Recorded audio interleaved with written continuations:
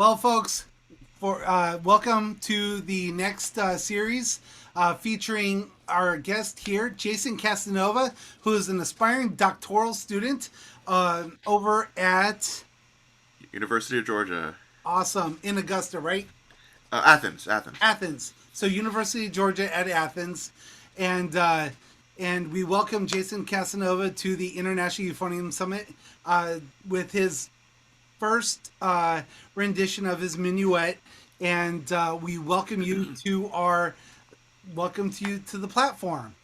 Well, thank you. It's a pleasure to be here. I'm excited, and I'm just excited to share whatever little nuggets of information and inspiration that I can. Absolutely. I want to share with those that are watching this on YouTube or on the websites or anywhere that they can see this. Go back into the podcast and you get a really cool behind the scenes look of what he's doing and where he's at right now today, specifically, and how to kind of prepare your mindset for a recital coming up. I won't we'll probably cover that, and we will cover that in later episodes. But head over to the podcast. We'll leave a link down below to where you can check those out on your favorite platform for streaming, and as well as all the other guest artists that we have and composers. So, with further ado, Jason Casanova, thank you so much for joining us today. Why don't we get started and let us start on this journey with you of when you first started music. Oh, so I first started music. I was 7 years old, and my parents put me in piano lessons. And I did that for about a year, and I stopped after that year, mainly because I liked to memorize my music at the time, and for better or for worse, I would memorize it, with and without mistakes, I guess, and my piano teacher would get frustrated that I would memorize it. He wanted me to read it, which was fine. I totally get it, especially now as a teacher. But at the time, a 7 year old, I didn't understand. But I ended up getting frustrated and I stopped taking piano lessons. And fast forward to, oh my gosh, my seventh grade year, second grade of middle school. Excuse me. That was when I got into band, and that's when I started playing euphonium. Well, I wanted to start playing euphonium, but I was assigned tuba. And if you know anything about me, I'm 5'4" as a grown adult. So as like a little seventh grader, I was, I don't know, 3 feet, something like that. So the tuba was, twice as big as I was.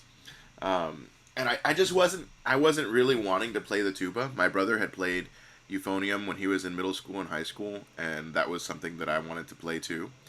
Um, so I ended up getting a hold of an instrument through a friend, and he went ahead and lent it to us, and I took it to the band directors, and I was like, look, I don't have to play tuba. I've got my own instrument, and they're like, fine, whatever.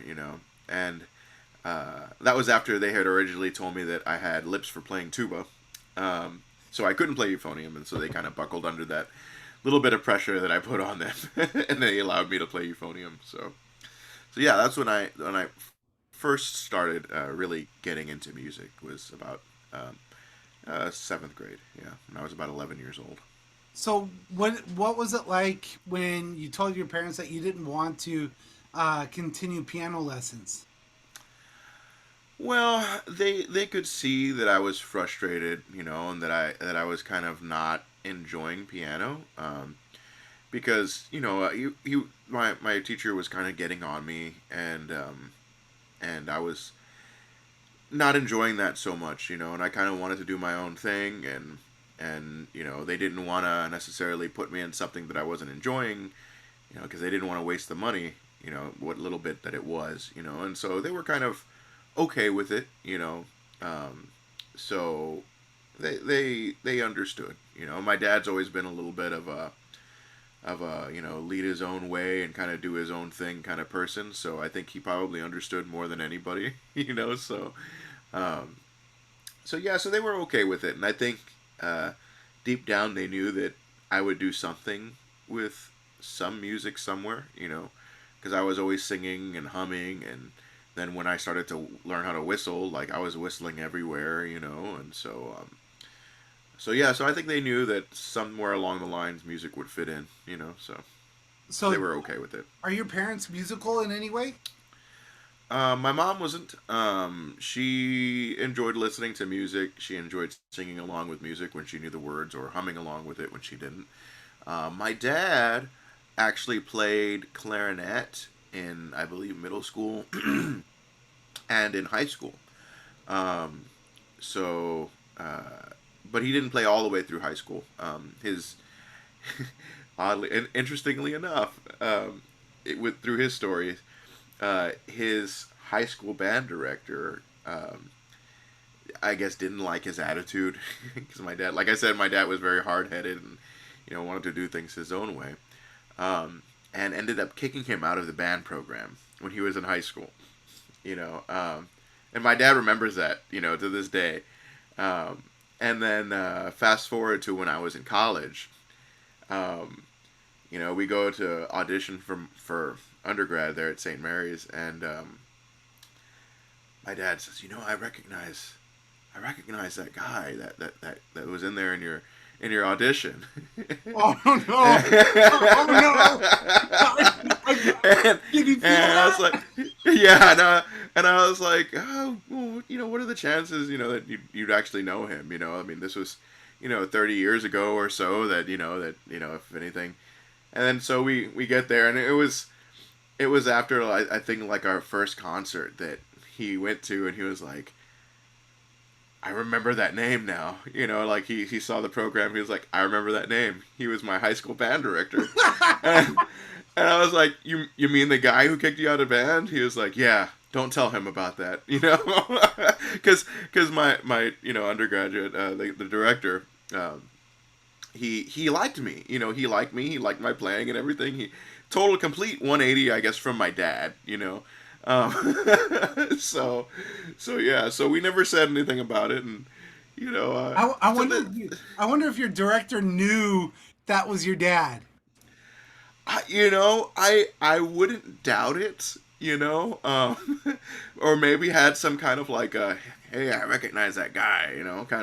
Kind of thing going on. But I mean, if my dad could recognize him, I'm sure it worked the other way around. At least maybe, I don't know, maybe he's seen him somewhere. Maybe in a grocery store or something like that. Oh But man! I never said anything about it, even to this day. And we've Now always it's on been. YouTube. Yeah, now it's gonna be on YouTube, which is why I'm not saying any names, right?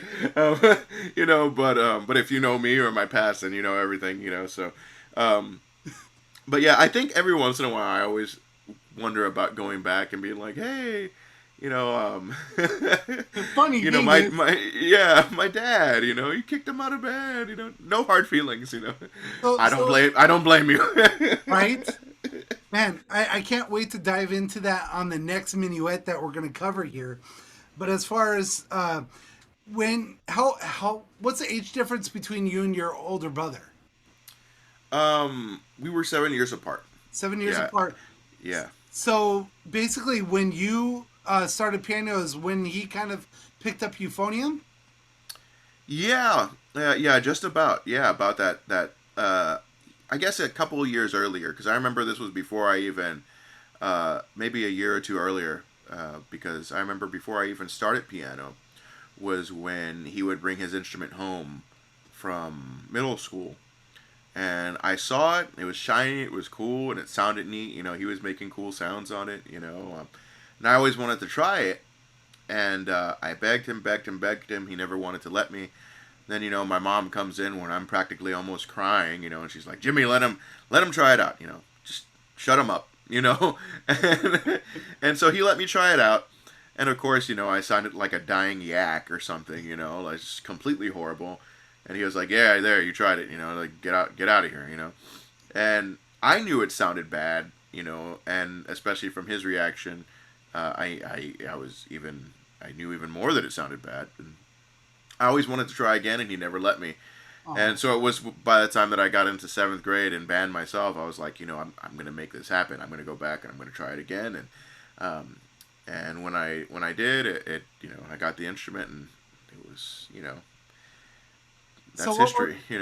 what was it like being told that you're going to play tuba at first and bringing that home, and what was that conversation like, and especially mentally for yourself, that you've gone through the all these years, basically 7 years of wanting to play euphonium, but getting told to play you're going to play tuba because of your lips, not necessarily your height, but Yeah. what's that mindset Um, like? I was disappointed. I was sad. Before I had talked to my brother's friend. Before that, it was something that I accepted. I was like, well, I'll be a tuba player. I'll play tuba and that'll be fine. And that's usually kind of been my general mindset. I'm very accepting, um, unless there's something that I'm dead set on. And when me and my brother's friend and I talked, um, and he was like, well, I got this horn that you can use if you're really interested. Then that re-sparked everything, and I was like, well, I'm gonna make this happen now. Um, So what but was that horn? oh man, it was an old beat up. The lacquer was coming off, but a gold lacquer. I think it was a King bell front euphonium with the valves in the front, or baritone horn, whatever. It wasn't a baritone. It was definitely closer to a euphonium. Um, American baritone horn. Let's put it that way, right? And it wasn't the greatest. The valves clanked, but they worked, and I made decent sounds on it, and I used that. Oh, geez, I used that through my eighth grade year for 2 years, and then by the time I got into high school, they had instruments there, so. Well, that's really awesome. So, what was? Did you participate in any camps your first couple years, or did you go to get any private lessons, or did your brother teach you at all, or how did that work out? So, the only piece of advice that my brother ever gave me was he opened up my Essential Elements book and turned to the fingering chart in the back, and he pointed to the low E, and then he pointed to the high B flat. He was like, "Look, do yourself a favor. Learn all of those notes. Learn every single one of those fingerings, and learn all of those notes, and you'll be fine." And so that's what I did. That's what I did. Now, as for camps or anything, oh man, I was completely ignorant to all of that. And so I didn't really know anything about any camps, and I'm sure it was presented to me, but I was just so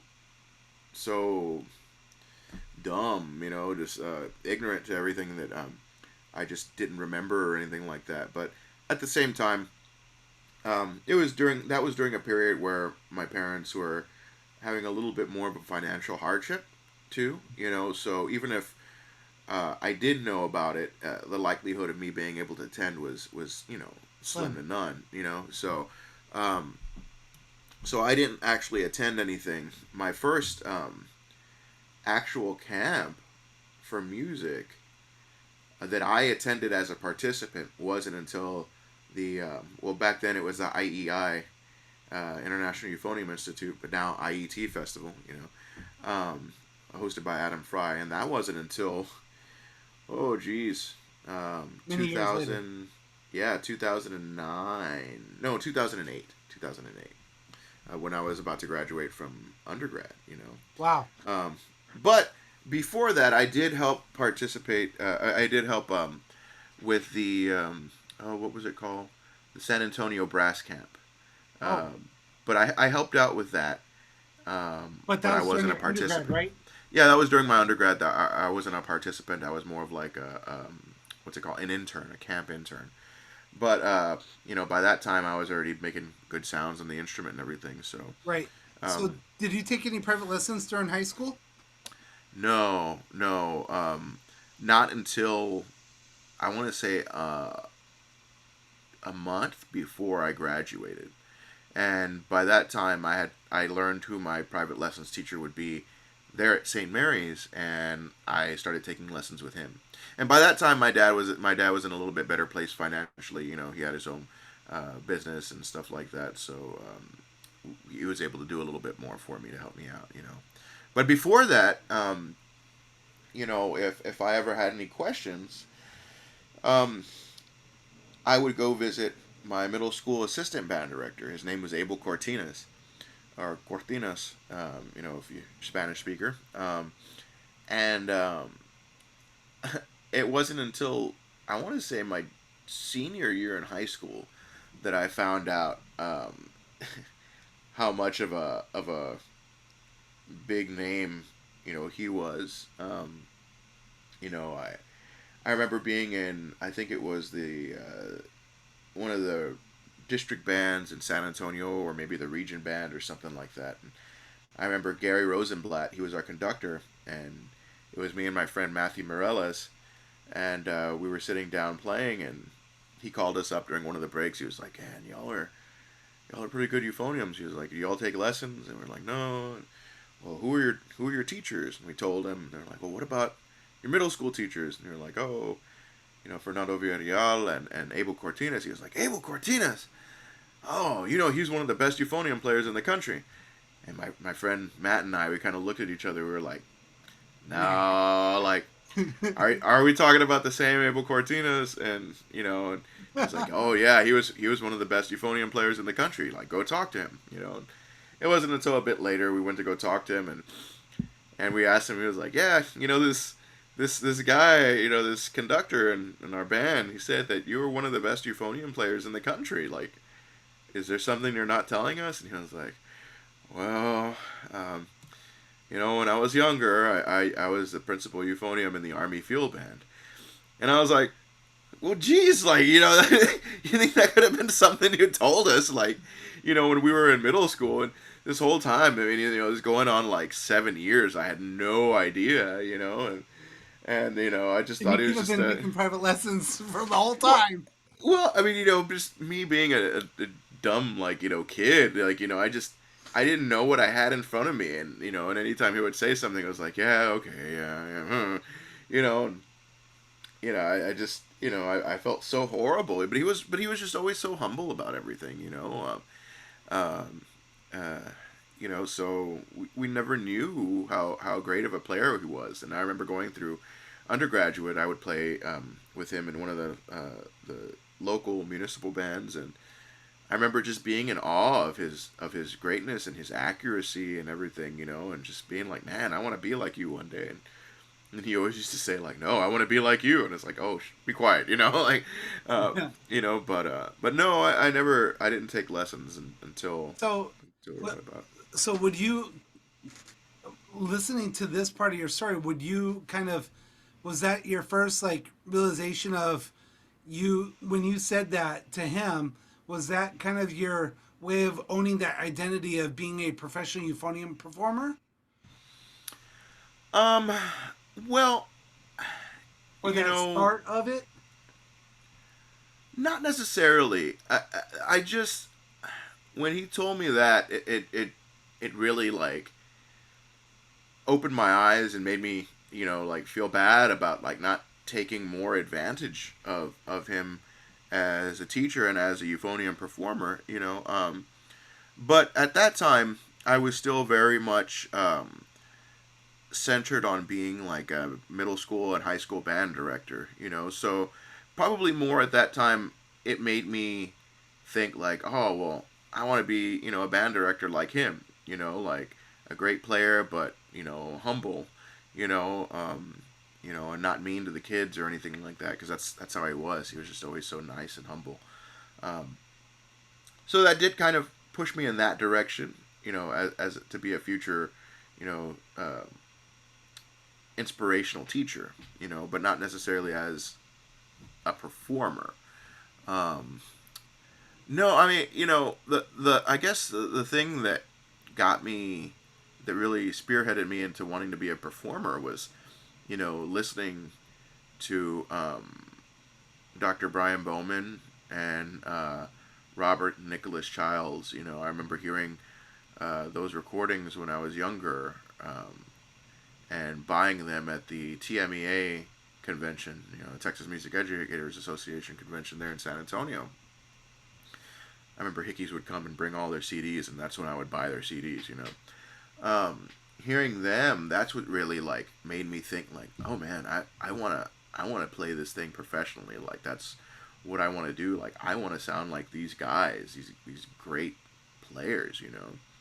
And like I said, that was before I even knew what my middle school band director, Mr. Cortinas, what he sounded like as a euphonium player.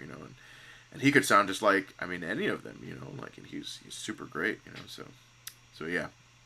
That's fantastic. So, kids, for the current and future euphonium artists that are just starting out in those middle school years and those formative years, get to know your band director's background. Yeah. And see, and that's not just your middle school per se. See if there's any of the other feeder programs into your high school, into your specific high school that have those experienced directors with the background, and really get to know them and see if that would be a great way to even take lessons or just talk to them and get to know them and seeing if they have any tips or anything like what we're doing here on the International Euphonium Summit. Get to know your band directors. Hmm. I mean, you heard it, you saw it, and then eventually, if your kids end up playing, they might end up being the director of bands at your university that you want to study at. You never know. Um, Jason Casanova, thank you so much for joining us on this first minuet in your series, and we're so delighted to have you on. And I want to plug the podcast right before we end this segment, because if you haven't listened to the podcast yet, you want to get to know where he's at mentally. This day, particular of when we started this recording on September 1st, 2023. It's really fascinating. We have some really awesome stuff. He has some amazing things coming up, like on September 18th, and then we'll cover that in one of the episodes down the road here. And then November 28th, you said, which Hmm. is not a Wednesday but a Tuesday. Tuesday, yes. And yeah, fascinating. Well, thank you so much for sharing those insights, those stories. That was I think if our student artists, our families, if any of this information helped you, share it with someone that you know that could really use this information, especially if they're a euphonium artist, a beginner euphonium player, or a friend that just needs to hear, how to uh, kind of walk this life during the middle school, high school years, especially if you're a bit shorter on stature and you don't want to play tuba or just go back and listen and see if we can help you in any way. Leave a comment below on where you're watching from. That'd be great. And reach out to Jason. Let him know how much you've been inspired by him, if at any respect. And then take a look at all the other stuff that's going on in his world on the International Euphonium Summit page, internationaleuphoniumsummit.com. We'll have his profile as well as all the other guests and artists and composers, organizations, competitions, a whole lot of really great stuff. So thank you all for watching today, and can't wait for you to join us on the next minuet for Jason Casanova, as well as everyone else. Thank you so much, Jason, for stopping by and taking the time out of your day, especially with what's coming in the next couple hours. Best of luck and a great rehearsal going forward. We'll talk to Thank you you. soon, everyone. Thank you.